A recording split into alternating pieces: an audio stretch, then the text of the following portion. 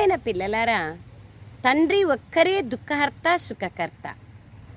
వారే మీ దుఃఖాలన్నింటినీ దూరం చేస్తారు. మనుష్యులు ఎవ్వరి దుఃఖాలను దూరం చేయలేరు. ప్రశ్న: విశ్వంలో అశాంతికి కారణమేమి? శాంతి స్థాపన ఎలా జరుగుతుంది? జవాబు: విశ్వంలోని అశాంతికి కారణం అనేక ధర్మాలు.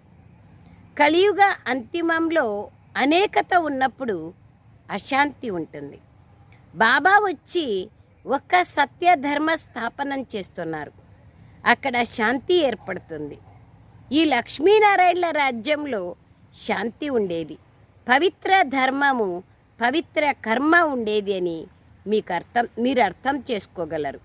కళ్యాణకారి అయిన తండ్రి మళ్ళీ ఆ కొత్త ప్రపంచాన్ని తయారు చేస్తున్నారు. అందులో అశాంతి అన్న మాటే ఉండదు.